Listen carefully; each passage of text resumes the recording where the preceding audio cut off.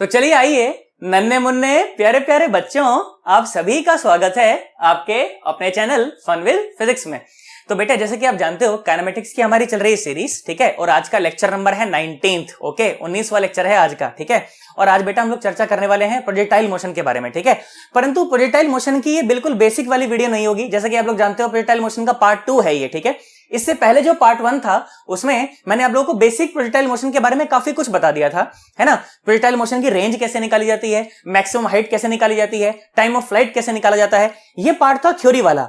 और सवाल में तो भाई साहब बिल्कुल तोता ही उड़ा दिए थे एकदम, है ना। बिल्कुल जीरो से शुरू करके और जेईई एडवांस लेवल तक के सवाल इससे पिछले वाली वीडियो में मैंने तुम्हें कवर कराए, जो कि उस टॉपिक से रिलेटेड थे, ठीक है। आज प्रोजेक्टाइल के बारे में जो चर्चा करेंगे वो थोड़ी सी एडवांस्ड होगी, ठीक है। और आज हम लोग देखो पता है मेजरली क्या बात करने वाले हैं। आज हम लोग बात करने वाले हैं प्रोजेक्टाइल की चर्चा एट सम जनरल टाइम, है ना। मान लो आपने पत्थर फेंका भाई साहब, खूब साला पत्थर गया, है ना। तो भाई कितनी दूर जाकर के गिरा, कितना समय हवा में रहा, कितनी मैक्सिमम हाइट रही, ये सब तो मैं बता चुका हूं। परंतु किसी पर्टिकुलर टाइम टी पर मैंने बोला, मान लो पार्टिकल को फेंका t = 0 सेकंड पर, फिर बोला भाई दीपक t = 1 सेकंड पर पार्टिकल बता कहां है ना। पार्टिकल के कोऑर्डिनेट बताओ कहां है, पार्टिकल की पोजीशन बताओ क्या है, पार्टिकल का एक्स कोऑर्डिनेट क्या है, पार्टिकल का वाई कोऑर्डिनेट क्या है। किसी भी समय पर पार्टिकल को देखना पड़े जनरल समय पर, तो आंखों से कितना एंगल बन रहा होगा, एंगल ऑफ एलिवेशन कहते हैं उसे।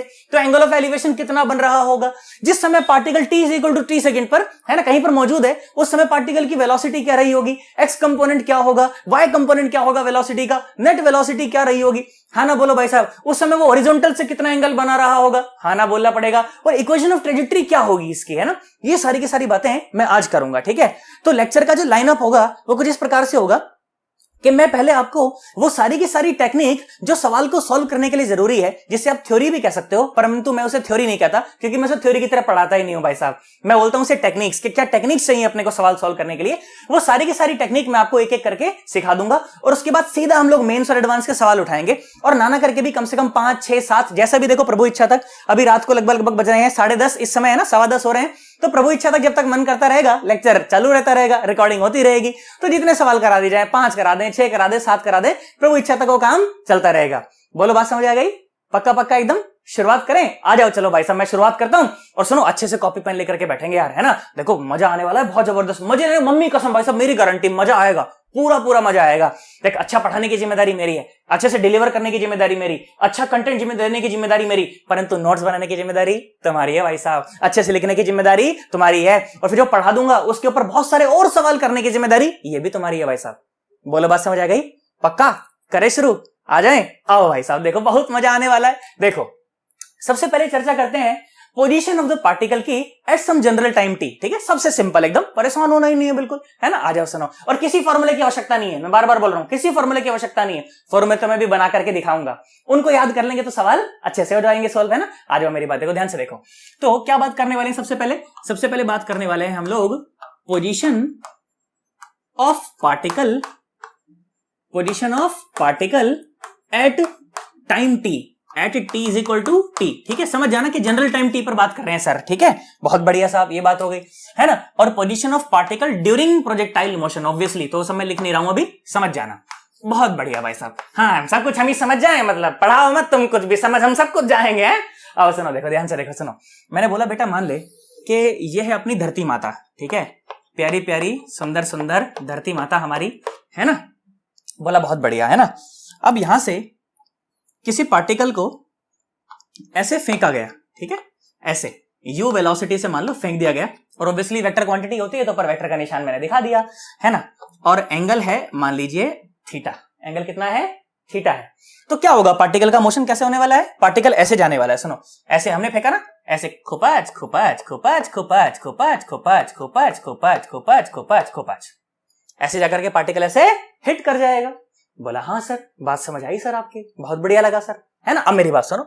तो ये जो होती है वो रेंज होती है, ये मैक्सिमम हाइट होती है, जितना देर हवा में उड़ा वो टाइम ऑफ फ्लाइट होता है। मैं नहीं बात कर रहा इस बारे में, पिछली वीडियो में कर चुका हूं, ठीक है। अगर देखना हो फिर भी मन कर रहा हो, ऊपर लिंक दे दूंगा आई बटन में, नीचे डिस्क्रिप्शन में तो लिंक पड़ा ही है। जैसे ये लेक्चर नंबर 19 चल रहा है तो लेक्चर नंबर 18 मतलब यही रहा होगा, तो हम लोग नीचे जाकर के देख सकते हैं। और किसी वीडियो का लिंक ना भी मिले ना, हो सकता है कि लेक्चर 5, 6, 7, 8 का मिले, 3, 4 का ना मिले, तो समझ जाना नीचे लिमिट खत्म हो गई थी लिखने की, है ना। तो चैनल पर जब जाओगे ना, प्लेलिस्ट में तुमको सब मिल जाएगा, काइनेमेटिक्स की प्लेलिस्ट बनी होगी, उसमें सब कुछ मिल जाएगा। या फिर सीधा हम लोग यूट्यूब पर भी टाइप कर सकते हैं सर्च में काइनेमेटिक्स फन विद फिजिक्स, मिल जाएगा भाई साहब। बोल बात समझ आई? आओ सुनो, देखो ध्यान से देखो। तो हमने पार्टिकल को फेंका, टुई, पार्टिकल गया, उई, मैंने कहा ठीक, बहुत बढ़िया। हम जो इंटरेस्टेड है ना, हम ये रेंज में, हाइट में, टाइम में इंटरेस्टेड नहीं है। हम इंटरेस्टेड है कि किसी पर्टिकुलर टाइम टी पर पार्टिकल कहां है भाई, उसकी पोजीशन क्या है, उसका एक्स कोऑर्डिनेट क्या है, वाई कोऑर्डिनेट क्या है, हम तो इसमें इंटरेस्टेड है। बोलो बात समझ आ रही है? पक्का पक्का। अब मेरी बात सुनो, देखो ध्यान से देखो। मैंने बोला इसको ना, मान लो t = 0 सेकंड पर हमने पार्टिकल को यहां से ऐसे छोड़ा था, और ऐसा मान लेते हैं कि मान लो सम t = t पर मान लो यहां पहुंच गया, यहां हो सकता था, यहां कहीं भी हो सकता था, मैंने यहां मान लिया, कोई दिक्कत तो नहीं है? पक्का। मैंने बोला मान लो किसी p पॉइंट पर यहां पर पार्टिकल मौजूद है और इसके कोऑर्डिनेट हैं x और y।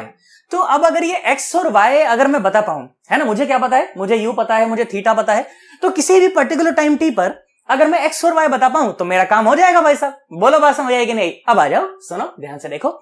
तो बेटा x और y होने का क्या मतलब है कि x डायरेक्शन में जो डिस्प्लेसमेंट है ना वो x है ना, और इस पॉइंट का y होने का क्या मतलब है कि ये जो दूरी है ना, ये y है ना, y में होने वाला जो डिस्प्लेसमेंट, y एक्सिस में जो डिस्प्लेसमेंट हो रहा है ना वो y है, और x में जो डिस्प्लेसमेंट हो रहा है वो x है ना, प्रोवाइडेड हमारी ये जो है वो x एक्सिस रही हो, और ये जो एक्सिस है ये क्या रही हो, ये y एक्सिस रही हो, है ना। मैं इस x और y को निकालने में इंटरेस्टेड हूं, है ना। मुझे क्या निकालना है, मुझे तो बस ये x और y ही निकालना है, ये मेरी प्रॉब्लम है।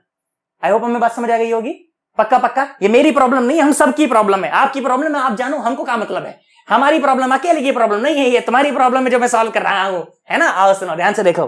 तो क्या बोला गया, सुनो देखो, अगर ये u वेलोसिटी है, इस एक्सिस के साथ अगर थीटा एंगल बना रही है, तो इस दिशा में इसका कौन सा कंपोनेंट है, ये कंपोनेंट है u cos थीटा, है ना। और ये कंपोनेंट कौन सा है, u sin थीटा, है ना। अगर ये समझ नहीं आ रहा हो तो वेक्टर की सीरीज पड़ी है चैनल पर, उसको देख करके आना। उसमें एक वीडियो है, how to resolve the component of any vector, मुश्किल से 15 मिनट की वीडियो है, और 15 मिनट में भाई साहब गजब पढ़ा रखा है एकदम के कैसे कंपोनेंट तोड़े जाएं। आज के बाद फिर आप कभी भी कंपोनेंट तोड़ने में गलती नहीं करेंगे। और समझ आ रहा है तो मैं कंटिन्यू करता हूं। अब सुनो भाई साहब, बहुत बढ़िया। तो ये वेलोसिटी थी, ये u cos थीटा और ये u sin थीटा। मैंने कहा बहुत बढ़िया भाई साहब, गजब एकदम, बहुत बढ़िया, है ना। अब सोच करके देखो, तो पार्टिकल जब उसमें प्रोजेक्टाइल मोशन में होता है, अंडर द ग्रेविटी मोशन होता है, तो ग्रेविटी तो हमेशा नीचे की तरफ लग रही होती है ना, और यही एक्सेलरेशन होता है बस पार्टिकल का, इसके अलावा तो कोई एक्सेलरेशन भी नहीं होता। अब मेरी बात सुनो, देखो मैं कुछ चीजें लिख करके रख लेता हूं, जैसे पिछली वाली वीडियो में भी लिखा था ना। देखो एक्स डायरेक्शन में पार्टिकल की initial velocity u cos theta, मैंने बोला ठीक है, बहुत बढ़िया। अच्छा, y डायरेक्शन में पार्टिकल की इनिशियल वेलोसिटी क्या है, u sin थीटा, मैंने बोला ठीक है, ओके, बहुत बढ़िया, है ना। अच्छा, बहुत बढ़िया। अच्छा, एक्स डायरेक्शन में पार्टिकल का एक्सेलरेशन, एक्स डायरेक्शन में तो कोई एक्सेलरेशन होता ही नहीं है। अगर एक्स डायरेक्शन में एक्सेलरेशन होता तो भाई साहब तुम्हारी गाड़ी को चलाने के लिए इंजन की आवश्यकता नहीं होती, तुम्हारी गाड़ी अपने आप ही भग रही होती, क्योंकि एक्स डायरेक्शन में एक्सेलरेशन होता। परंतु एक्स डायरेक्शन में एक्सेलरेशन होता नहीं है भाई साहब। बोलो बात समझ आ रही कि नहीं आ रही? तो एक्स डायरेक्शन में कोई भी एक्सेलरेशन नहीं होता, है ना। अच्छा, वाई डायरेक्शन में एक्सेलरेशन कितना है? अच्छा, जहां से भी पार्टिकल को छोड़ा जाए या फेंका जाए, उस लेवल को जीरो लेवल मान लें, उस लेवल के ऊपर वाली सारी चीजें या ऐसी चीजें जिनकी दिशा ऊपर की तरफ है वो सारी पॉजिटिव ली जाएंगी, और ऐसी चीजें जो इस लेवल के नीचे हैं या इस लेवल के नीचे की तरफ जो पॉइंट करती हैं वो सारी नेगेटिव ली जाएंगी। इसलिए ग्रेविटी को कैसा लिया जाता है, हमेशा नेगेटिव लिया जाता है भाई साहब। बोलो बात समझ आ गई है ना? पक्का पक्का। तो ए वाई कितना है, वो -g है। और यहां पर जो भी सवाल मैं तुम्हें कराने वाला हूं, मैं तो मान लूंगा कि g 10 है, मैं तो मान लूंगा कि g 10। अपन की क्लास में तो यही होता है भाई साहब, अपन g को 10 मानेंगे, ठीक है। बोलो बात समझ आ रही है? अब अच्छा भाई, मैंने कहा बहुत बढ़िया। सुनो, ये जो g है ये तो कांस्टेंट है ना यार, ग्रेविटेशन की बात करूंगा तो ये वेरिएबल हो जाएगा, है ना। परंतु अपन इतनी हाइट तक रहते हैं, इतनी हाइट तक रहते हैं कि g अपने लिए कांस्टेंट रहे, तो ये तो motion under the constant acceleration हो गया। और मोशन अगर अंडर कांस्टेंट एक्सेलरेशन है तो अपन क्या इस्तेमाल कर सकते हैं, इक्वेशन मोशन इस्तेमाल कर सकते हैं ना। इक्वेशन मोशन सिर्फ तभी इस्तेमाल की जाती है जब बेटा पार्टिकल जो है ना उसका एक्सेलरेशन अगर कांस्टेंट रहेगा तभी इस्तेमाल कर सकते हैं, और यहां तो कांस्टेंट है तो अपन इस्तेमाल करेंगे भाई साहब, बेधड़क इस्तेमाल करेंगे। आओ मेरी बात सुनो, ध्यान से देखो। मैं ऐसी आशा कर रहा हूं अभी तक हम लोग सब कुछ समझ पा रहे होंगे एकदम ढंग से, है ना। अब मेरी बात सुन देख, तो हम लोग क्या करते हैं कि सेकंड इक्वेशन मोशन लगाते हैं एक्स डायरेक्शन में। क्या करते हैं, सेकंड इक्वेशन मोशन लगाते हैं एक्स डायरेक्शन में। तो सेकंड इक्वेशन मोशन क्या कहती है, ये कहती है Sx = uxt। अच्छा, पहले तो ये सुन लो कि सेकंड इक्वेशन होती क्या है, ये होती है S = ut + half AT square. देखो बच्चों की तरह दिखा रहा हूं इस तरह से कि हमें कुछ नहीं आता हो, है ना, पर चर्चा आखिरी में जाकर के जेई मेंस और एडवांस के सवालों पर ही खत्म होगी। तुम लोग देखते रह जाओगे यार, सर ने कर क्या दिया यार ये एक ही वीडियो में, है ना। देखो सुनो, s is equal to UT plus half AT square. X में लगाया हमने इसको, तो क्या हो गया SX UXT प्लस हाफ और AX और साथ में T स्क्वायर, है ना। एक्स में लगाया हमने सेकंड इक्वेशन मोशन को, बोला हाँ। अब सोच करके देखो, एक्स डायरेक्शन में होने वाला डिस्प्लेसमेंट वो तो ये एक्स ही है ना, वो तो क्या है ये एक्स ही है ना। ux वो तो मैं पहले से लिख करके बैठा हूं, u cos थीटा और मल्टीप्लाइड बाय t, है ना। ये t वो टाइम है जो पार्टिकल को यहां पॉइंट ऑफ प्रोजेक्शन से और यहां पॉइंट p पर पहुंचने में लगा, ये वो टाइम है, ये वो टाइम है। बोलो बात समझ आ रही है ना। तो ये वही टाइम है जो x दूरी ट्रेवल करने में लगा और ये वही टाइम है जो y दूरी ट्रेवल करने में लगा। टाइम तो सेम ही है, कोऑर्डिनेट तो सेम ही है ना। आ जाओ सुनो ध्यान से देखो, और x डायरेक्शन में कोई एक्सेलरेशन नहीं है भाई साहब, बहुत बढ़िया। तो ध्यान से देखें तो यहां से मैंने निकाल लिया x कोऑर्डिनेट पार्टिकल का, है ना। अगर मुझे u पता होता, अगर मुझे थीटा पता होता, तो किसी भी टाइम पर भाई साहब 1 सेकंड पर, 2 सेकंड पर, 3 सेकंड पर, 5 सेकंड पर मैं पार्टिकल की x वाली पोजीशन बता सकता हूं आज के बाद। बोलो बता दोगे कि नहीं बता दोगे? सिंपल है ना। करना क्या है, सेकंड इक्वेशन मोशन लगानी है, x डायरेक्शन में आया। बोल बात समझ आई। अब सुन, y कोऑर्डिनेट पता करते हैं। अब इसी को लगाते हैं y में, sy is equal to uy_t plus half ay_t square. बहुत बढ़िया साहब। अच्छा, y डायरेक्शन में कितना डिस्प्लेसमेंट हुआ है? y हुआ है। uy कितना है? uy ढूंढो ढूंढो ढूंढो ढूंढो ढूंढो ढूंढो u sin थीटा। बहुत बढ़िया साहब, u sin theta multiplied by t। अच्छा, ay ढूंढो ढूंढो ढूंढो ढूंढो माइनस जी, तो माइनस का 1/2 और g और t स्क्वायर। ध्यान से देख तो तू आज के बाद y भी बता सकता है, पार्टिकल का y डिस्प्लेसमेंट भी बता सकता है तू। बोल बात समझ आई कि नहीं आई? पक्का।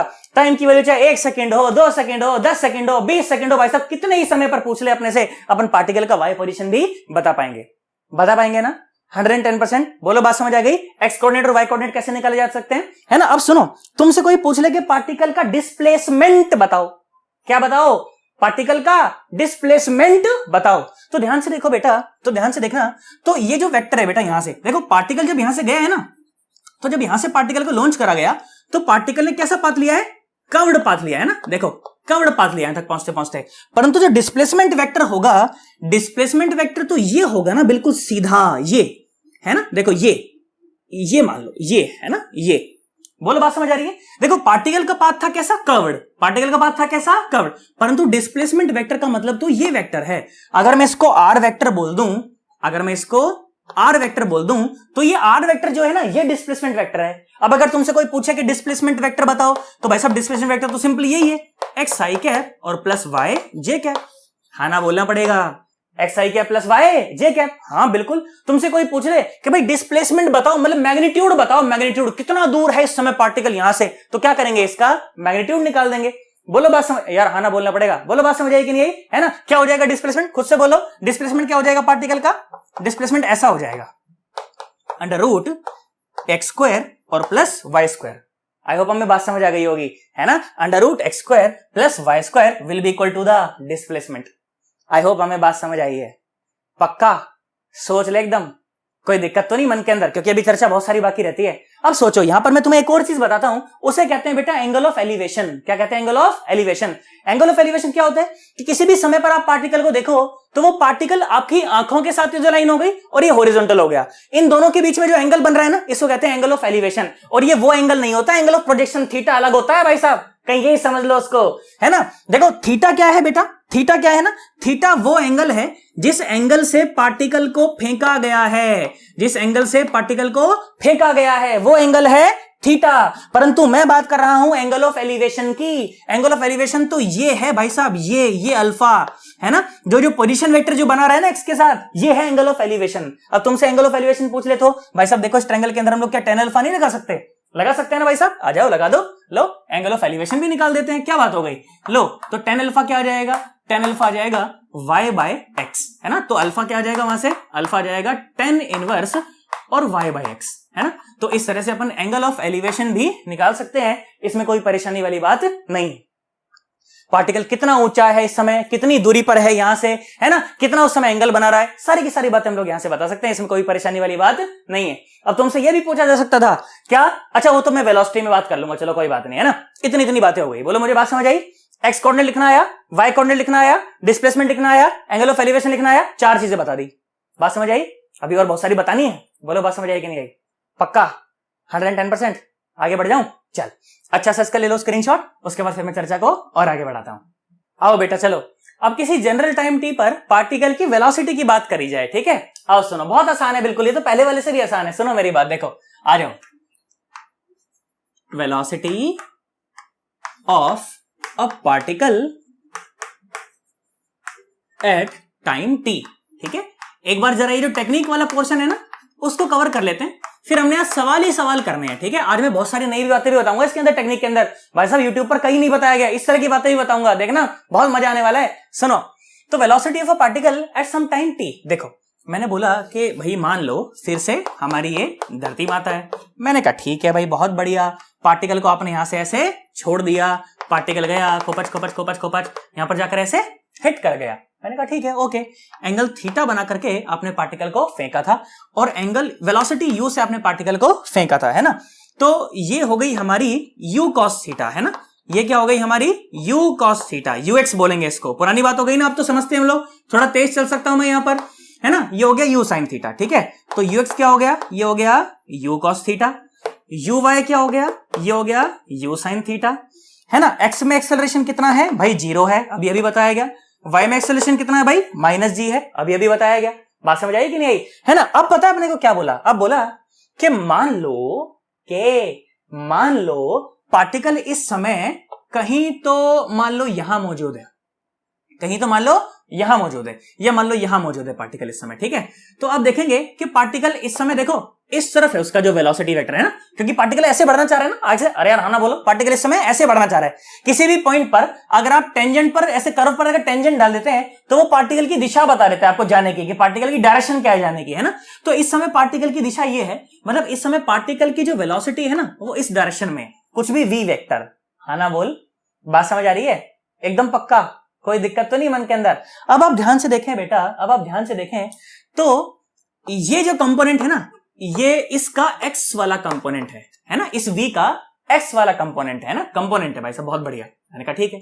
और ये वाला जो कंपोनेंट है ये इसका वाई वाला कंपोनेंट है ना? ये वाला इसका वाई वाला, हम एग्री करते हैं इस बात से, है ना? ये इसका एक्स वाला कंपोनेंट है पार्टिकल का, पी पॉइंट पर, है ना? पी पॉइंट पर ये पार्टिकल का एक्स वाला कंपोनेंट, ये पार्टिकल का वाई वाला, ये एक्स वाला, ये वाई वाला, ये एक्स वाला, ये वाई वाला, ये एक्स वाला, ये हाँ ना बोलना पड़ेगा भाई साहब, बोलो बात समझ आ रही कि नहीं आ रही? मैंने कहा ठीक, बहुत बढ़िया, बात समझ आ रही है? मैंने कहा हाँ बिल्कुल ठीक भाई, अभी तक तो मामला सही चल रहा है। अब मेरी बात सुनो, हमको इनिशियल वेलोसिटीज पता है और हमको फाइनल वेलोसिटीज बतानी है किसी टाइम टी पर, तो फर्स्ट इक्वेशन ऑफ मोशन से अच्छा क्या हो सकता है? क्योंकि मोशन कैसा है? मोशन तो अंडर ग्रेविटी हो रहा है ना, कांस्टेंट एक्सेलरेशन है ना, तो लगा सकते हैं। अब जो फर्स्ट इक्वेशन ऑफ मोशन होती है वो क्या कहती है कि v is equal to you plus A T. चलो x में लगाते हैं इसको, तो क्या हो जाएगा? vx is equal to you X और प्लस ए एक्स इंटू टी। ये टी वही है जो इसको यहां से यहां तक आने में समय लगा, है ना? मान लो पॉइंट ओ बोल दो, ओरिजिन है, क्योंकि पॉइंट ओ से पॉइंट पी पर आने में जो समय लगा ये वही टी है ना? अच्छा भाई बहुत बढ़िया। तो vx क्या है? vx तो भाई मुझे निकालना है। अच्छा ux क्या था? ढूंढो ढूंढो ढूंढो ढूंढो ढूंढो, u cos थीटा साहब। मैंने कहा बहुत बढ़िया। अच्छा x डायरेक्शन में तो कोई एक्सेलरेशन नहीं है, तो लो भाई बहुत बढ़िया, x डायरेक्शन में तो जो रफ्तार है ये वही है जिससे पार्टिकल को छोड़ा गया था x में, हाँ ना बोलो? पक्का? चलो आओ अब इसे y में लगा लेते हैं, तो ये क्या हो जाएगा? vy is equal to you Y और प्लस ए वाई इंटू टी। मैंने कहा हाँ बात समझ आती है। चलो आओ सुनो, देखो vy क्या हो जाएगा? vy हो जाएगा यू वाई क्या है? You why you sine theta. मैंने कहा बहुत बढ़िया। अच्छा और ए वाई कितना है? ए वाई है माइनस का जी और साथ में टी। बहुत बढ़िया सा, बोल बात समझ आई? तो किसी भी टाइम टी पर 1 सेकेंड, अच्छा T U V equal to, हाँ ठीक है, बोल बात समझ आ गई? हाँ मैंने कहा हाँ बिल्कुल। तो किसी भी टाइम टी पर पार्टिकल की भाई एक्स में क्या रफ्तार है, वाई में क्या रफ्तार है? T is equal to 1 second पर, 2 सेकेंड पर, 3 सेकेंड पर, 4 सेकेंड पर, आपसे किसी भी सेकेंड पर पार्टिकल की रफ्तार पूछ ले एक्स में और वाई में, क्या हम बता सकते हैं? एक्स में तो भाई साहब पार्टिकल की रफ्तार कभी चेंज नहीं होती, जिससे फेंकते हो हमेशा वही रहती through out the path, you cos theta, क्योंकि कोई एक्सेलरेशन ही होता नहीं है भाई साहब। ये रहा, बोलो बात समझ आ रही है? पक्का पक्का 110%। और वाई में क्या हो गया? You sine theta minus g T. अच्छा कभी कभी ये पूछा जा सकता है कि भाई साहब इस टाइम टी पर ये पार्टिकल हॉरिजॉन्टल से कितना एंगल बना रहा है? पूछा जा सकता है कि पार्टिकल इस समय हॉरिजॉन्टल से कितना एंगल बना रिया है, तो भाई साहब मैं बोलता हूं मान लो कुछ भी अल्फा एंगल बना रिया होगा, कुछ भी अल्फा एंगल, यार हाना बोलना पड़ेगा, कुछ भी अल्फा एंगल बना रिया होगा, तो भाई साहब ये अल्फा एंगल क्या आ जाएगा, देखो देखो ध्यान से देखो, तो अल्फा क्या आ जाएगा, टेन अल्फा क्या आएगा, वी वाई और divide by v x, v y divide by v x, तो टेन अल्फा क्या आ गया, टेन अल्फा क्या आ गया, वी वाई कितना है, u sine theta minus g t divide by v x u cos theta, कितना, u कॉस थीटा, तो भाई साहब ये आ गया टेन अल्फा, यहां से अल्फा आ जाएगा।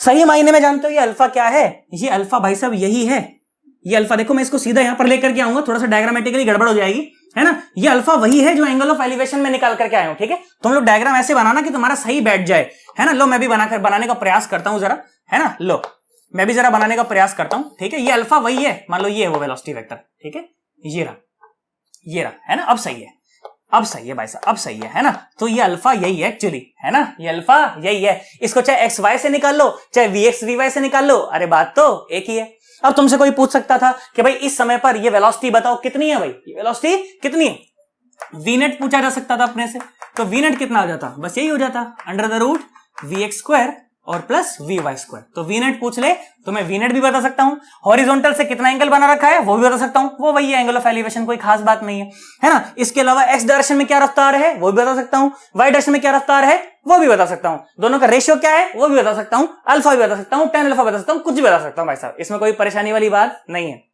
बोलो पक्की बात, मुझे पार्टिकल का एक्स कोऑर्डिनेट निकालना आता है, मुझे पार्टिकल का वाई कोऑर्डिनेट निकालना आता है, मुझे पार्टिकल का डिस्प्लेसमेंट निकालना आता है, मुझे एंगल ऑफ एलिवेशन निकालना आता है, उसके तो दो तरीके हैं, angle of elevation x y से भी निकल सकता है और वी एक्स वी वाई से भी निकल सकता है। इसके अलावा मुझे किसी भी टाइम टी पर पार्टिकल की एक्स डायरेक्शन में वेलोसिटी निकालना आता है, वो तो वही होती है इनिशियल वाली, मुझे किसी भी टाइम टी पर पार्टिकल की वाई डायरेक्शन में वेलोसिटी निकालना आता है, मुझे नेट वेलोसिटी निकालनी आती है, हाँ ना बोलना पड़ेगा भाई साहब, पक्का सोच ले, मस्त समझ आ रहा है एकदम ढंग से भाई साहब, वीडियो को लाइक जरूर कर देना कि समझ आ गया हो तो, और चैनल को सब्सक्राइब नहीं किया सब्सक्राइब भी कर लेना, अभी तक कई लोग आते हैं देखते भग जाते हैं, सब्सक्राइब नहीं करते भाई साहब, देखो देखो और करो भी भाई साहब, बात समझ आ रही है, पक्का आगे बढ़ जाऊं, इक्वेशन ऑफ ट्रेजेक्टरी की बात करूं, उसमें कई नई बातें बताऊंगा मैं जो कि यहाँ यूट्यूब पर नहीं बताई गई है, अच्छा मजा आएगा अपने को, आगे बढ़ू, पक्का सोच ले, अच्छा इसका स्क्रीनशॉट ले लो, ठीक है, उसके बाद मैं आगे बढ़ता हूं, कुछ समझ नहीं आ रहा हो तो नीचे कमेंट करके मुझे बता देना, ठीक है, करो, आओ बेटा चलो, अब एक चर्चा इक्वेशन ऑफ ट्रेजेक्टरी के ऊपर और करते हैं और फिर अपन लोग आगे बढ़ेंगे सवालों की तरफ, ठीक है, आ जाओ चलो,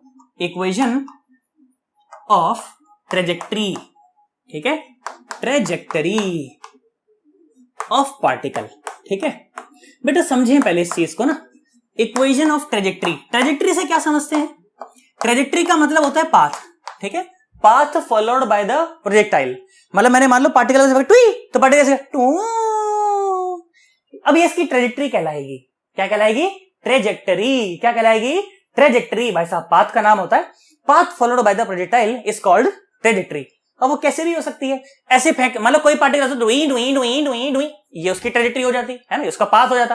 कोई पार्टिकल ऐसे चलता है, मैं तेरी दुश्मन दुश्मन तू मेरा, तो ये इसकी ट्रेजेक्टरी हो जाती। हम यहां पर ट्रेजेक्टरी किसकी बात कर रहे हैं, प्रोजेक्टाइल की, है ना, तो वही स्टडी करेंगे, नॉर्मल सी बात है, कोई खास बात नहीं है भाई साहब, एकदम फालतू टाइम पास। और मैथमेटिकल लैंग्वेज में अगर बात करूं तो ट्रेजेक्टरी का मतलब होता है कि एक्स और वाई का रिलेशन, माने अगर आपको पार्टिकल का एक्स कोऑर्डिनेट पता हो तो आप ऑटोमेटिकली वाई बता पाए, अगर आपको पार्टिकल का वाई कोऑर्डिनेट पता हो तो आप ऑटोमेटिकली एक्स बता पाए, और एक्स और वाई दोनों पता हो तो भाई साहब आप पार्टिकल को कितने एंगल से फेंका था या कितनी रफ्तार से फेंका था, इस तरह की जानकारी भी बता पाए। इतना पावरफुल टूल होता है भाई साहब इक्वेशन ऑफ ट्रेजेक्टरी। बोल बात समझ आ रही है, एकदम पक्का पक्का। ये सोने का कटोरा है बेसिकली। अब मान लो तुम्हारे हाथ में सोने का कटोरा दे दूं तो ऐसा मत करना कि उससे भी भीख ही मांग रहे हो भाई साहब, कि सोने का कटोरा दे दिया फिर भी भीख मांग रहे हैं भाई, ऐसा नहीं करना भाई साहब। ये सोने का कटोरा है भाई साहब, ये ब्रह्मास्त्र है, जबरदस्त चीज है भाई साहब, ये है ना, बहुत बढ़िया टूल है। परेशान करने के लिए नहीं, अपना काम आसान करने के लिए है ये। आई होप हमें बात समझ आ रही होगी, परेशान करने के लिए ये नहीं है भाई साहब, अपना काम आसान करने के लिए। समझें उस चीज को बहुत बड़े ढंग से, पक्का। एक्स और वाई का रिलेशन है इक्वेशन ऑफ ट्रेजेक्टरी। किसी भी एक्स वैल्यू के लिए वाई पता पाए, किसी भी वाई वैल्यू के लिए एक्स बता पाए, एक्स और वाई पता हो, थीटा पता हो तो यू बता पाए, एक्स और वाई पता हो, यू पता हो तो थीटा बता पाए। बोल बात समझ आ रही है, पक्का 110%। आओ सुनो, देखो भाई साहब, मैंने क्या बोला, मैंने बोला भाई साहब यहां पर है अपने पास एक तो धरती माता, बहुत बढ़िया, गर्मी बहुत गजब हो रखी है भाई साहब।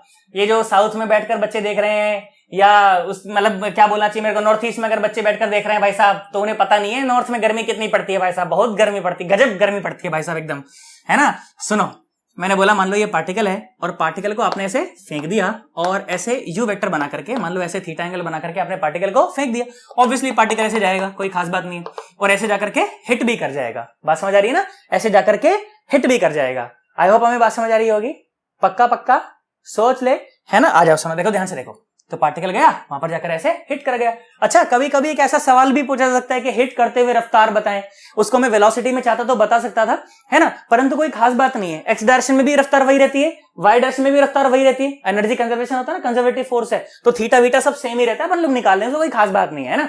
अब मेरी बात सुनो, देखो तो ये क्या हो गया, ये हो गया यू का कॉस थीटा, है ना, और ये हो गया यू का साइन थीटा। कुछ चीजें तो खुद से भी करोगे ना यार, सारी चीजें मैं थोड़ी बता दूंगा। आ जाओ, यू कॉस थीटा और ये हो गया यू साइन थीटा। तो अब अपने को क्या बताना है कि ये जो पाथ है ना, ये पाथ, इस पाथ की इक्वेशन क्या है, मैथमेटिकली इस पाथ की इक्वेशन को कैसे लिखें यार, वो अपने को बताना है। और पाथ की इक्वेशन माने क्या, अभी बोला एक्स और वाई का रिलेशन, बस वो बताना है ना। आ जाओ मेरी बात समझ, देखो ध्यान से देखो, तो फिर से वही बात, पुरानी बातें कि एक्स डायरेक्शन में रफ्तार u cos theta, y direction में रफ्तार u sine theta, x direction में एक्सेलरेशन 0, वाई डायरेक्शन में एक्सेलरेशन -g। आई होप हमें बात समझ आई है, पक्का। आ जाओ सुनो, मैंने बोला कि चलो मान लो पार्टिकल, मान लो कहीं भी यहां मान लो P पॉइंट पर मौजूद है और ये x और y उसके कोऑर्डिनेट है, तो इसका मतलब ये है कि ये जो दूरी है, ये दूरी है x, और ये जो दूरी है ना, ये दूरी है y। बोला गया ठीक है। अब चलो सेकंड इक्वेशन ऑफ मोशन का फिर से इस्तेमाल करते हैं, x में भी और y में भी। सेकंड इक्वेशन ऑफ मोशन क्या होती है, s is equal to UT plus half eighty square, है ना, s is equal to UT plus half eighty square. चलो x में लगाओ इसको, तो sx is equal to uxt plus half ax और t स्क्वायर। और x डायरेक्शन में तो कोई भी एक्सेलरेशन नहीं है, और डिस्प्लेसमेंट x में कितना है, x ही है, ux कितना है, u cos थीटा और मल्टीप्लाइड बाय t। लो भाई, ये पहली इक्वेशन आ गई, बात समझ आई है ना, पक्का पक्का। अब सोच करके देखो, तो मैंने कहा चलो एक बार ना सेकंड इक्वेशन ऑफ मोशन को y में भी लगा के देखते हैं क्या होता है, चलो देख लेते हैं। आओ सुनो, देखो तो सेकंड इक्वेशन ऑफ मोशन को y में लगाया गया, तो sy is equal to uy t plus half और ay और साथ में t स्क्वायर। ठीक है, थोड़ा सा चर्चा लंबी होने वाली, इसलिए हल्का सा छोटा लिखूंगा, तो उसके साथ एडजस्ट करना थोड़ा सा, ठीक है। अच्छा, sy y डायरेक्शन में होने वाला डिस्प्लेसमेंट तो वो y ही है, सामने uy कितना है, u sine theta multiplied by t, ay कितना है माइनस का g, तो माइनस का 1/2 और साथ में gt स्क्वायर। अब सोच करके देखो, आपके पास x और t का रिलेशन है भाई साहब, आपके पास भाई साहब y और t का रिलेशन है, और अपने को चाहिए क्या, x और y का चाहिए। तो क्या ऐसी चीज है जिसको भगाना है, तू सोच, x t का है, y t का है, परंतु x y का चाहिए, तो क्या भगा दूं। अरे टाइम को भगा देंगे भाई साहब, एक इक्वेशन में से टाइम की वैल्यू निकालेंगे और दूसरी में डाल देंगे, तो टाइम वहां से भाग जाएगा वहां से भाई साहब टाइम, है ना। देखो यहां से अगर मैं टाइम की वैल्यू निकालना चाहूं तो टाइम की वैल्यू क्या आ गई, ये आ गई x by u cos theta, x by u cos theta. I hope ये विजिबल है अपने को बोर्ड पर यहां पर ना, हाँ बिल्कुल बिल्कुल बिल्कुल, बहुत बढ़िया। t is equal to x by u cos theta, ये आया। अब इसको कहां पर डालेंगे, ऊपर डाल देंगे तो टाइम भाग जाएगा, खाना बोलना पड़ेगा भाई, है ना। सुनो आओ, तो y is equal to u sine theta और मल्टीप्लाइड बाय t कितना है, ये है x, और divided by u cos theta और माइनस का 1/2 और g और t स्क्वायर माने x स्क्वायर और divided by u square cos square theta. I hope हमें बात समझ आ रही होगी ना, पक्का। सुनो आ जाओ, देखो ध्यान से देखो, तो u ने u को मार दिया, तो ये आ गया y is equal to x tan theta और minus g x square by 2 और u स्क्वायर और कॉस स्क्वायर थीटा। बेटा ये बहुत इंपॉर्टेंट फॉर्म है इसकी, इक्वेशन ऑफ ट्रेजेक्टरी की one of the very most important भाई साहब फॉर्म्स में से ये एक है।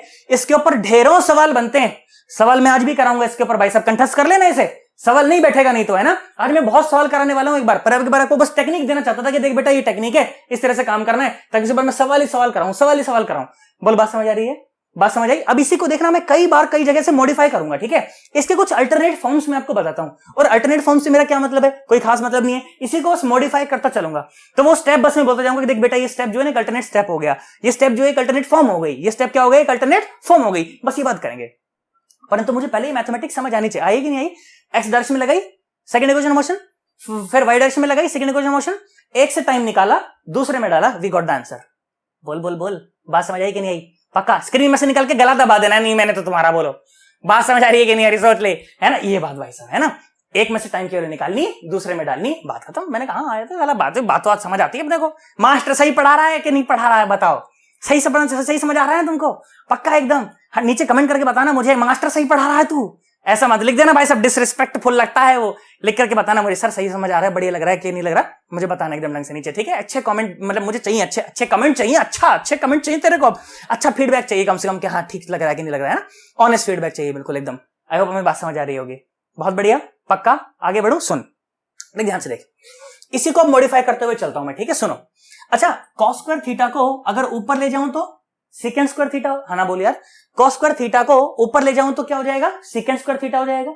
और सेकेंड स्क्वायर थीटा को 1 + tan स्क्वायर थीटा भी लिख सकते हैं ना, तो इसको ऐसे भी लिख देंगे, y = x tan थीटा और -gx² / 2u² और 1 + tan स्क्वायर थीटा। कभी कभी आप इसे इस फॉर्मेट में भी देखेंगे, किसी किसी किताब में, किसी सवाल में इस फॉर्मेट का भी इस्तेमाल किया जाएगा, तो परेशान ना हो, है ना? अगर मुझे सवाल में मान लो डायरेक्टली tan थीटा दिया हो, है ना, तो अपन उसका फॉर्मूला का इसका इस्तेमाल करेंगे, तो अपने लिए काम करना थोड़ा सा आसान हो जाएगा। नहीं तो पहले tan थीटा से cos थीटा वगैरह निकालना पड़ेगा, फिर जाकर के इसका इस्तेमाल होगा। परंतु मुझे पता है कि अगर मुझे tan थीटा पता हो, सवाल में डायरेक्टली कहीं से पता हो डेटा, तो उसके बाद अपन इसका इस्तेमाल करेंगे, तो अपने लिए काम थोड़ा सा आसान हो जाएगा, है ना? ये टेक्निक्स है जो मैं आपको देने वाला हूं कि भाई सवाल देख स्पीड अप ऐसे होगा भाई साहब। सॉल्व तो कोई भी कर देगा, पर स्पीडली सॉल्व करना है भाई साहब। जेई है वो, नीट है वो भाई साहब, तुम्हारे कोई बोर्ड का पेपर नहीं कि आराम से घसीटे जाओ नहीं कर सकते हैं भाई साहब ऐसा। बात समझ आ रही है? पक्का? एक और फॉर्म बताऊं, मेरी बात सुनते ध्यान से देख। क्या होगा ना, अगर tan थीटा पता हो तो मैं एक और एफिशिएंट फॉर्म में आपको बता सकता हूं। क्या फॉर्म है? सुने, मैं क्या करता हूं, सुने मेरी बात ध्यान से। क्या करेंगे हम लोग कि भाई साहब इसको साइन से तो कर देंगे मल्टीप्लाई और साइन से कर देंगे डिवाइड। बात समझ आ रही है? साइन से तो कर देंगे मल्टीप्लाई और साइन से कर देंगे डिवाइड, ऊपर वाले को, नीचे वाले को नहीं, ऊपर वाले को। सुनो मेरी बात, देखो ध्यान से देखो। तो y = देखना, आराम से लिखते हैं, कोई जल्दी नहीं है।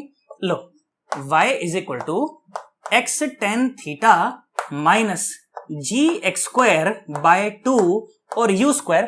सुनो, ये cos स्क्वायर थीटा है ना, तो इसको cos थीटा * cos थीटा लिख रहा हूं, बात तो एक ही है ना? cos theta * cos theta. और करना क्या था, मैंने बोला साइन से कर देंगे मल्टीप्लाई और साइन से कर देंगे डिवाइड। लो भाई सर, उससे सर हमारा क्या फायदा होगा, उससे क्या सेहत पर असर पड़ेगा? सुने मेरी बात, देखो ये sine theta by cos theta तो बन गया tan थीटा। ध्यान से दिख रहा है, नहीं दिख रहा? ये sine theta by cos theta तो क्या बन गया? tan theta. और सुनो, देखो क्या क्या बचा है, सब माल मसाला ऊपर अपन लोग उसको लिखते हैं। सुनो, तो ये आया y = x tan theta minus, चलो लिख करके दिखा देता हूं, स्टेप मिस नहीं करता हो। सुनो, तो gx² / 2u², gx² / 2u² और एक साइन थीटा, कॉस थीटा बचा, एक साइन थीटा बचा, है ना? कॉस थीटा साइन थीटा और ऊपर क्या है? tan theta. ऊपर क्या है? tan theta. बोल, बात समझ आई? अब मेरी बात सुनना जरा ध्यान से बेटा। रेंज का फॉर्मूला क्या होता है, याद करो, कल तुम्हें रेंज का फॉर्मूला बताया गया था। तो रेंज ये थी ना, u² और साइन 2 थीटा बाय g, और साइन 2 थीटा क्या होता है? 2 sign theta into cos theta. तो 2 और साइन थीटा और इंटू कॉस थीटा और डिवाइड बाय g। तू ध्यान से देख, वहां पर 1/r बना हुआ है। देख देख देख क्या बना हुआ है, 1/r बचा हुआ है। x² को छोड़ दे और tan थीटा को छोड़ दे, देख बाकी देख 2u² sine theta cos theta by g, 1/r बना हुआ है ना? 1/r बना है कि नहीं बना? लिख दो उसको वहां पर। देखो क्या बना, ये बना y = x tan theta minus x² tan theta और डिवाइडेड बाय r, है ना? 1/r था ना, तो नीचे आ रहा है वो। आई होप हमें बात समझ आ रही होगी, है ना? अब देखो यहां से x tan थीटा को कॉमन निकाला जा सकता है ना?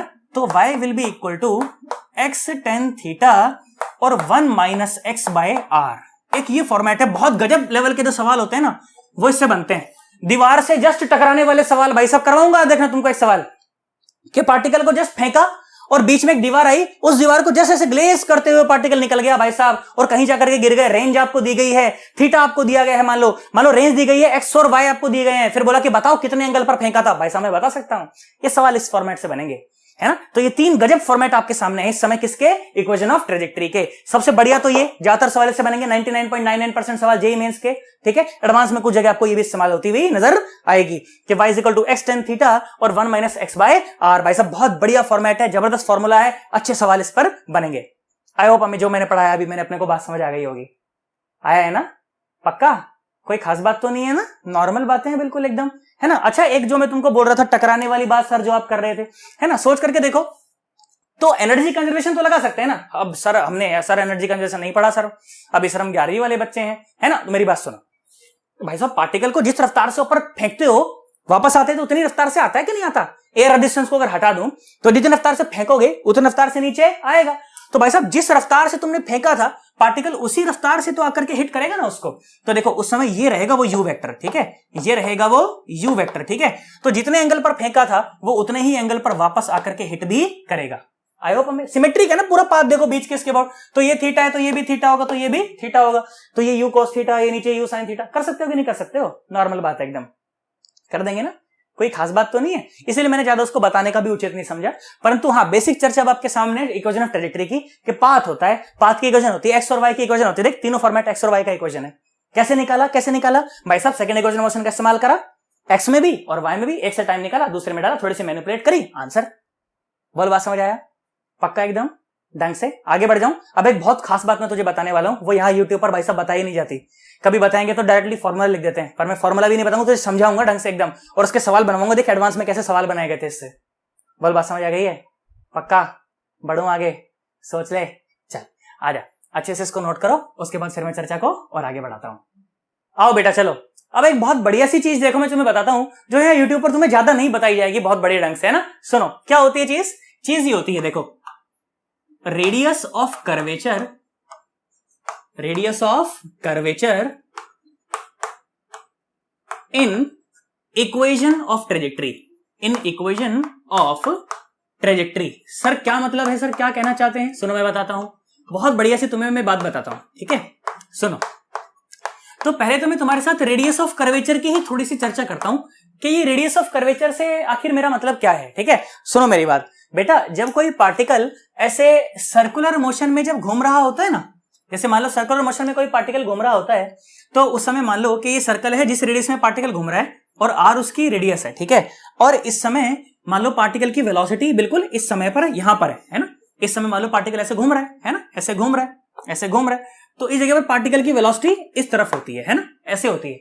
तो अगर कोई पार्टिकल सर्कल में घूमना चाहता है तो पार्टिकल को सर्कल में बनाए रखने के लिए बेटा एक इनवर्ड फोर्स की जरूरत होती है, ठीक है। सुनो नहीं तो ये पार्टिकल, जो पार्टिकल इस समय यहां पर मौजूद है, ये तो इस सर्कल को छोड़ करके भाग जाएगा ना, परंतु एक फोर्स होता है जो हमेशा कैसा लगता है, गोले के सेंटर की तरफ लगता है, जो इस पार्टिकल को हमेशा अंदर की तरफ बेंड करके रखता है ना, हमेशा उसको गोले में मेंटेन करके रखता है। उस फोर्स को क्या कहते हैं, तुम बताओ तुम बताओ तुम बताओ, सेंट्रीपिटल फोर्स, है ना। कभी कभी तो ऐसा लगता है ये मास्टर स्क्रीन में से ही बाहर निकल आएगा भाई साहब, बोलो बात समझ आ रही कि नहीं आ रही। उस फोर्स को क्या कहते हैं, सेंट्रीपिटल फोर्स कहते हैं बेटा, है ना, जो कि हमेशा गोले के सेंटर की तरफ लगता है, अंदर की तरफ लगता है। तो फोर्स से मतलब कि एक्सेलरेशन भी है ना। तो इसका मतलब कि एक एक्सेलरेशन हमेशा देखो गोले के सेंटर की तरफ लग रहा होता है, अंदर की तरफ लग रहा होता है ना, बिल्कुल ऐसे अंदर की तरफ। किसी भी आप समय पर देख लें हमेशा ऐसे अंदर की तरफ लग रहा होगा, है ना। इस जगह पर देख लें ऐसे लग रहा होगा, बिल्कुल ऐसे।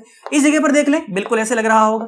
इस जगह पर देख लें, इस जगह पर बिल्कुल ऐसे लग रहा होगा। किसी भी जगह पर आप देखें हमेशा एक इनवर्ड एक्सेलरेशन उसको चाहिए, तभी वो पार्टिकल गोले में घूम पाएगा। हाँ अब सोच करके देख बेटा, इस जगह पर वेलोसिटी ऐसी थी, अच्छा यहां पर वेलोसिटी ऐसी रही होगी, है ना। अच्छा यहां पर देखो तो यहां पर वेलोसिटी ऐसी रही होगी, है ना। अच्छा यहां देखो तो यहां वेलोसिटी ऐसी रही होगी, अच्छा यहां देखो तो यहां वेलोसिटी ऐसी रही होगी। तो सोच करके देख, तो वो इनवर्ड एक्सेलरेशन और ये वेलोसिटी, वो इनवर्ड एक्सेलरेशन देख मैं लिख देता हूं उसको, है ना। ये इनवर्ड एक्सेलरेशन जो भी है ये, है ना, ये इनवर्ड एक्सेलरेशन और ये वेलोसिटी देखो हमेशा परपेंडिकुलर है, हमेशा कैसे हैं, परपेंडिकुलर है। तो पूरे सर्कल पर भाई साहब कहीं पर भी देख ले, तो पूरे गोले पर तुझे एक्सेलरेशन और वेलोसिटी हमेशा परपेंडिकुलर नजर आएंगे। बोल बात समझ आई, पक्का सोच लो। और वो एक्सेलरेशन किसके बराबर होता है, जो लोग सेंट्रीपिटल फोर्स जानते हैं वो लोग ये बात जानते हैं कि भाई साहब एक्सेलरेशन कितना आता है, v²/r आता है। कितना आता है, v²/r। अब बेटा ये सेंट्रीपिटल जो एक्सेलरेशन है ना, इसके प्रूफ में मैं नहीं जा रहा, ये तो अपन लोग बात करेंगे न्यूटन लॉज ऑफ मोशन में, जब मैं आपको पढ़ाऊंगा, जब सर्कुलर मोशन जब मैं आपको पढ़ाऊंगा तो ये प्रूफ भी कराऊंगा आपको कि ये सेंट्रीपिटल एक्सेलरेशन होता है ना, इसको रेडियल एक्सेलरेशन भी कहते हैं, इसके अलावा टेंजेंशियल एक्सेलरेशन भी होता है। भाई साहब ये तो सिर्फ रफ्तार की डायरेक्शन चेंज करता है, टेंजेंशियल एक्सेलरेशन भाई साहब रफ्तार को बढ़ाता है, ये बढ़ाता नहीं है, सिर्फ डायरेक्शन चेंज करता है, बहुत सारी बातें बताऊंगा। पर अभी अपने को क्या जानना जरूरी है कि एक्सेलरेशन इतना होता है v²/r। क्या होता है v²/r? मैंने कहा ठीक, बहुत बढ़िया। अभी जो मैं आपको प्रोजेक्टाइल में जो सवाल करना चाहता हूं ना, उसके लिए इतना काफी है कि भाई साहब ये जो एक्सेलरेशन होता है, जो अंदर की तरफ लगता है गोले में, हमेशा अंदर की तरफ जो लग रहा होता है, ये v²/r होता है। बच्चा बोला ठीक, बात समझ आई सर आपकी? मैंने कहा ठीक है, साला ठीक है। तो अब सोच करके देख, तो ये r क्या है? ये r ये रेडियस ऑफ कर्वेचर ही तो है ना। अब radius of curvature, radius of circle, कुछ भी बोल लो यार, है तो रेडियस ही। अरे है तो रेडियस ही। तो यहां से अगर मैं रेडियस निकालना चाहूं तो ये रेडियस बेसिकली है क्या? ये है v²/a, v²/a। और ये जो ac था ना, सेंट्रीपिटल एक्सेलरेशन, इसी को मैं बोल देता हूं मान लो a perpendicular. Sir a perpendicular का है सर? देख a जो है ना, देख हमेशा v के परपेंडिकुलर है। a बेसिकली वो एक्सेलरेशन है जो उस r के परपेंडिकुलर है। हाँ, आप r को भी बोल सकते थे a के परपेंडिकुलर, परंतु r तो मुझे निकालना ही है, r तो मुझे रेडियस ऑफ कर्वेचर निकालना है यार, है ना। तो भाई साहब रेडियस ऑफ कर्वेचर निकालने के लिए मुझे सिर्फ उस एक्सेलरेशन से मतलब है जो कि उस वेलोसिटी के परपेंडिकुलर है। देख ध्यान से देख, वेलोसिटी के परपेंडिकुलर है। ये वेलोसिटी, ये a, ये वेलोसिटी, ये a, ये वेलोसिटी, ये a। तो मुझे सिर्फ उस एक्सेलरेशन से लेना देना है जो एक्सेलरेशन वेलोसिटी के परपेंडिकुलर है। बात खत्म। बात समझ आई? आर के नहीं, आर के तो पैरेलल हो जाएगा। बोल बात समझ आई कि नहीं आई? एकदम पक्का पक्का सोच ले। मैं लिख देता हूं यहां पर, क्या लिखता हूं कि a perpendicular is that component of acceleration which is perpendicular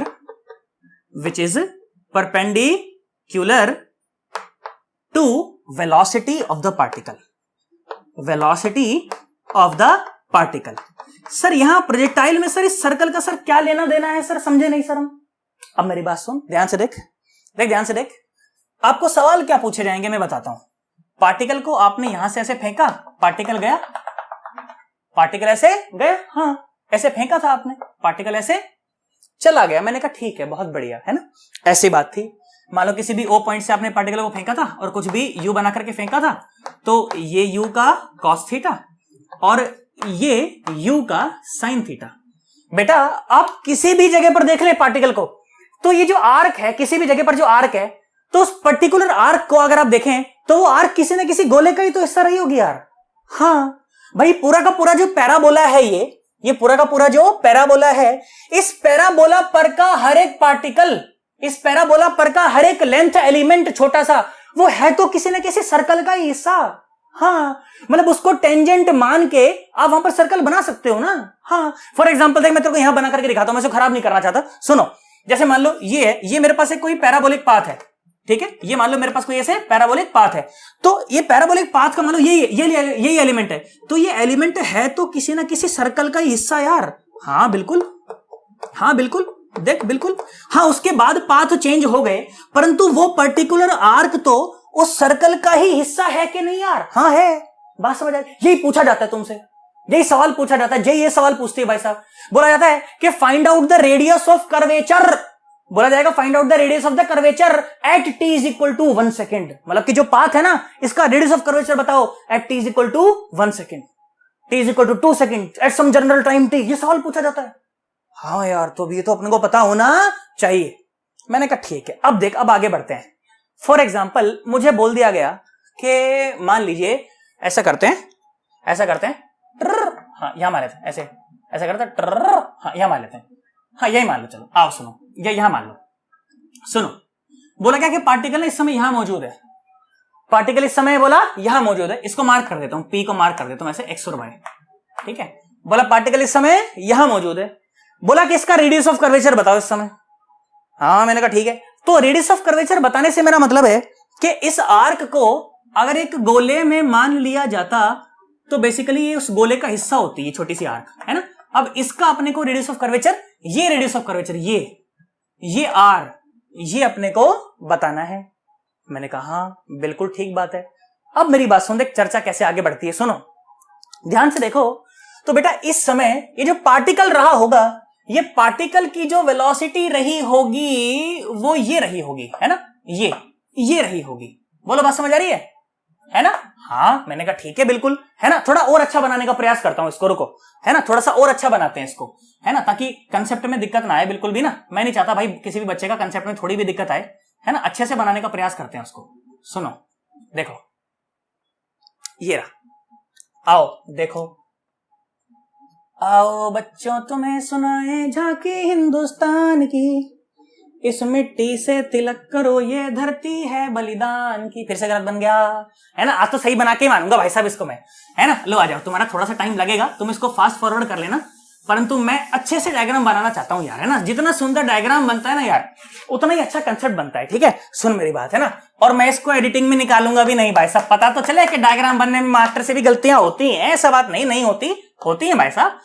लो ऐसे ऐसे हमने फेंका, और मैं बिल्कुल इसको एडिटिंग में नहीं निकालूंगा, चाहे मुझे कितना टाइम लग जाए भाई साहब, है ना, चाहे कितना भी टाइम लग जाओ मुझे इसको बनाने में, परंतु मैं एडिटिंग में इसको नहीं निकालने वाला हूं। आ जाओ, देखो ये है पॉइंट P और मुझे यहीं पर बताना था, मान लो, ठीक है। तो ये यहां पर ऐसे गोला बना दिया गया और ये रेडियस ऑफ कर्वेचर मुझे बतानी है, और इस समय पार्टिकल की जो रफ्तार है वो यहां है। लो है, बन गई, है ना। सुनो, पार्टिकल की रफ्तार कहां है इस समय पार्टिकल की रफ्तार ऐसी है ना, इस समय ऐसी है, देखो बहुत बढ़िया। इस समय इस पॉइंट P पर पार्टिकल की जो रफ्तार है वो ऐसी है। मैंने लाइन क्यों खींची उसके पीछे रीजन बताऊंगा अभी, पीछे की तरफ क्यों खींचा उसके पीछे रीजन है। आप चाहो तो इसे ऐसे डॉटेड रख लो, कोई खास बात नहीं है ना। मैं तो इस समय पार्टिकल की रफ्तार देखना चाहता था, वो इस समय वहां पर है, बात समझ आ रही है ना। और ये R मुझे बताना है। बच्चा बोला ठीक है सर, बात समझ आई। अच्छा, एक्सेलरेशन ड्यू टू ग्रेविटी वो तो हमेशा नीचे की तरफ होता है ना। हाँ, तो मतलब पॉइंट P पर जब पार्टिकल रहा होगा तो उस पर एक्सेलरेशन ड्यू टू ग्रेविटी हमेशा ये ही लग रहा होगा जी। बोल, बात समझ आई? पक्का 110%। अब मुझे एक बात का जवाब दो, क्या ये एंगल ऑफ एलिवेशन हम लोग निकाल चुके हैं? और क्या हमें निकालना भी आता है ईमानदारी से? अभी बताया गया है ना। बोलो, निकाल सकते हैं एकदम पक्का? बहुत बढ़िया साहब, निकाल सकते हैं। सोच करके देख, अगर ये अल्फा है तो ये भी तो अल्फा है। बच्चा बोला हाँ सर बिल्कुल अल्फा है। अब सोच करके देख, तो ये ब्लू लाइन और ये येलो लाइन, आर वाली येलो लाइन, आपस में 90 डिग्री, टेंजेंट और रेडियस 90 डिग्री होते हैं। तो भाई साहब ये जो बचा हुआ एंगल है ये कितना है? ये है 90 माइनस अल्फा। ये कितना है? 90 माइनस अल्फा। तो ये जो एंगल हुआ, ये एंगल कितना हो गया? ये भी एंगल हो गया अल्फा। ये बात भाई साहब, है ना। अब मुझे एक बात बता, मुझे अगर रेडियस ऑफ कर्वेचर निकालना हो, मुझे तो एक्सेलरेशन का वो कंपोनेंट चाहिए जो v के परपेंडिकुलर है। सोच, v के परपेंडिकुलर, तो भाई साहब ये वाली लाइन है ना। हाँ, ये g है और ये अल्फा है, तो ये है g का कॉस अल्फा, ये है g का कॉस अल्फा। अब मुझे खुद से बताओ, ये रेडियस ऑफ कर्वेचर कितनी हो गई? रेडियस ऑफ कर्वेचर खुद से बोल, v स्क्वायर बाय कितना g और साथ में cos alpha. This is the radius of curvature in projectile motion. This is the radius of curvature in projectile motion. वहां पर ये अल्फा क्या है? ये अल्फा वो एंगल नहीं है जिसके साथ पार्टिकल को छोड़ा था, वो तो थीटा था, एंगल ऑफ प्रोजेक्शन। ये एंगल ऑफ प्रोजेक्शन नहीं है, ये एंगल ऑफ एलिवेशन है उस पॉइंट पर, जिस पॉइंट पर आप रेडियस ऑफ कर्वेचर निकालना चाहते हैं। और ये कैसे आएगा? या तो x और y से आ जाएगा या फिर vx और vy से आ जाएगा, कोई खास बात नहीं, हाँ ना बोलना पड़ेगा। परंतु मैं तो कहता हूं तू vx और vy से ही निकालना, क्योंकि ऑब्वियसली आपको vx और vy निकाल करके v नेट भी तो पता करना है ना, वो भी तो फॉर्मूला में इस्तेमाल होगा कि नहीं होगा। v क्या है? ये किसी भी जनरल टाइम t पर पार्टिकल की वेलोसिटी है, जिस जगह पर आपको रेडियस ऑफ कर्वेचर बताना है। सारी बातें तुम्हें पता होनी चाहिए। ये फॉर्मूला तो गधेड़े को भी याद रह जाता है, परंतु गधेड़े से सवाल नहीं बनते भाई साहब। क्यों? क्योंकि इसे डिटेल नहीं पता फॉर्मूले की। पता तो मुझे भी नहीं चल रहा है कुछ भी। बच्चा सोच रहा है मास्टर पता नहीं क्या पढ़ा रहा है, साला समझ तो मुझे भी नहीं आता, ऊपर से ये गधेड़ा कह के कौन सा शोर कर देता है कि ये तो गधेड़े को भी पता, मुझे तो इतना ही पता था, ये मुझे तो गधेड़ा बोल रहा है मास्टर, मैं नहीं पढ़ रहा इससे। अरे हाँ ना बोल, बात समझ आई कि नहीं आई? भाई सभी वेलोसिटी क्या है? ये वेलोसिटी वो वेलोसिटी है पार्टिकल की, उस जगह पर वेलोसिटी है जहां पर आप रेडियस ऑफ कर्वेचर बताना चाहते हैं। अल्फा क्या है? अल्फा है एंगल ऑफ एलिवेशन, जो कि x और y से भी आ सकता है आने को तो, परंतु मैं चाहता हूं आप vx और vy निकाल करके उसको बताना, ताकि आपको वहां से v नेट भी निकालना आसान हो जाए, कैलकुलेशन छोटी हो जाए। आई होप बात समझ आ गई होगी। पक्का मैं यहां पर लिख देता हूं, चलो, कि जो अल्फा है ना, अल्फा क्या है? Angle of elevation. Angle of elevation. बच्चा बोला ठीक। सर बात समझ आई है कि नहीं आई भाई साहब? सवाल आए जे एडवांस में इसके ऊपर कराऊंगा भी मैं। आई होप तुम्हें बात समझ आ रही होगी यार, पक्का है ना? नहीं समझ आ रहा हो तो नीचे कमेंट करके बताना जरूर है कि सर यहाँ सर थोड़ा कच्चा रह गया, सर नहीं समझ आया, है ना? और समझ आया तो भी बताना सर समझ आया, पक्का। बस कंसेप्ट सिर्फ इतना सा था। क्या कंसेप्ट था कि रेडियस ऑफ कर्वेचर क्या होता है? v square by a perpendicular, where a perpendicular is the component of acceleration which is perpendicular to velocity of the particle, है ना? और यहां पर वेलोसिटी ऑफ द पार्टिकल की डायरेक्शन ये है, तो परपेंडिकुलर तो ये होगा। तो हमें g से कोई लेना देना नहीं है, हमें तो g के cos अल्फा से लेना देना है भाई साहब। और अल्फा क्या है? एंगल ऑफ एलिवेशन है। आई होप हमें फॉर्मूला समझ आ गया होगा, पक्का 100%। सोच ले। चलो एक बार इसका अच्छा सा स्क्रीनशॉट लो। अब तो बस सवाल ही सवाल करने हैं, खत्म हो गया। बस आज की टेक्निक सीखने का दौर तो खत्म हो गया, अब तो सवाल ही सवाल करने हैं, कर लो। आ जाओ बेटा चलो। तो अब सवालों का दौर शुरू करते हैं भाई साहब। जो आज आपको ज्ञान दिया सारा का सारा, अब इसको अप्लाई कैसे करना है, क्वेश्चंस में उतारना कैसे है, और कैसे प्रीवियस ईयर के क्वेश्चन पूछे गए, अब देखो मैं सारे के सारे तुम्हें सॉल्व करवा देता हूं, ठीक है? चलो आ जाओ। अब देखो स्क्रीन पर देखो, तुमको एक सवाल नजर आ रहा होगा, आ रहा है ना? अब देखो पढ़ो इसको, देखो आओ मिल करके पढ़ते हैं। मैं यहाँ फोन में पढ़ता हूं, आप लोग यहाँ स्क्रीन पर पढ़ो। देखो क्या सवाल बोला गया कि a projectile is given an initial velocity of i cap plus 2j cap. अब वेक्टर फॉर्म में दी गई है वेलोसिटी कि i cap plus 2j cap metre पर सेकेंड। मैंने कहा ठीक है। बोला where i cap is along the ground and j cap is along the vertical, मतलब आई कैप तो x में है और j कैप y में है। बहुत बढ़िया। अच्छा बोला g को 10 मान लेना, और बोला इक्वेशन ऑफ ट्रेजेक्टरी बताओ अब क्या है इस पार्टिकल की। चलो मैं तो कहता हूं वीडियो को एक बार यहीं पर स्टॉप करो, है ना, और खुद से करने का ट्राई करो। करो, मैं तो करा ही दूंगा, फिर मैं तो करा नहीं आया हूं ना। करो एक बार, शाबाश। तुम्हें कोई और देखे तो जलता है दिल, बड़ी मुश्किलों से फिर संभलता है दिल। करा? मैं कराऊं? आओ देखो सुनो, मिल करके करते हैं। देखो पहले मैं डेटा नोट कर लेता हूं, है ना, उसके बाद इस फोन को रख देंगे साइड में। क्या सवाल बोला गया? सवाल बोला गया कि पार्टिकल की इनिशियल वेलोसिटी आपको दी गई है, यू वेक्टर आपको दिया गया है। क्या दिया गया है? ये दिया गया है आई कैप प्लस 2j कैप और मीटर पर सेकेंड। मैंने कहा बहुत बढ़िया, है ना। इसके अलावा g बोला है, बस 10 मान लेना, और इक्वेशन ऑफ ट्रेजेक्टरी बताओ। बस ये दिया गया है ना। सुन मेरी बात, ध्यान से देख। सवाल बिल्कुल आसान है, परेशान होने की कोई आवश्यकता नहीं है। सुने बेटा ध्यान से देखो, तो आई कैप का कितना है आगे, मैग्नीट्यूड कितना है? 1, है ना। इसका मतलब कि जब प्रोजेक्टाइल को फेंका गया था, मान लो ये हमारा ग्राउंड है और पार्टिकल को यहां से ऐसे फेंका गया है ना, कुछ भी एंगल थीटा वीटा बना करके, मान लो यू रफ्तार से या फेंका गया था। तो देखो x में कौन सा कंपोनेंट है उसका? आई कैप। मतलब x में रफ्तार कितनी है? x में रफ्तार है 1 मीटर पर सेकेंड।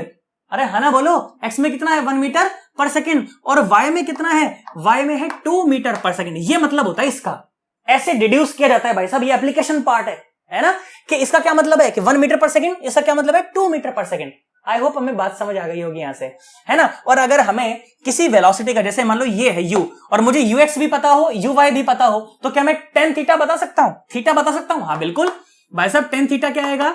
यह आएगा uy बाय ux, है ना। तो tan थीटा कितना आ गया भाई साहब? 2/1। कितना आ गया? 2/1। बहुत बढ़िया साहब, मैंने कहा बात समझ आती है। अच्छा ये जो ux होता है, अभी थोड़ी देर पहले ही आपको बताया गया कि ये u cos थीटा होता है ना। अगर ये u है तो ये क्या है? u cos theta. तो u cos थीटा क्या है? 1 है।